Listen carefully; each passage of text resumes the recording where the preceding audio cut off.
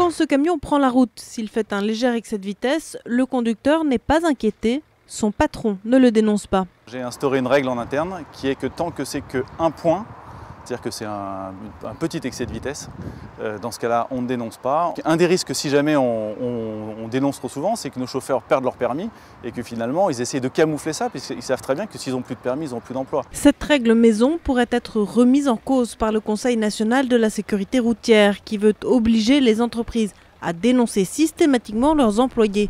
Une perspective que craignent les professionnels de la route. Le capital point diminue très vite. Donc cette réglementation, si vraiment elle se durcit, ça va être compliqué pour pas mal de gens.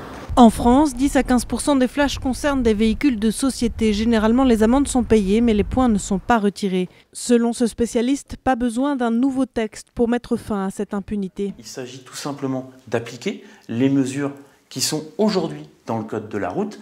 Et si elles sont appliquées, soit on a des chefs d'entreprise qui vont perdre leur permis de conduire, soit on a des chefs d'entreprise qui vont de plus en plus désigner les salariés responsables. Le Conseil national de la sécurité routière rappelle ce chiffre. En 2012, près de 20 000 accidents routiers ont eu lieu dans le cadre du travail.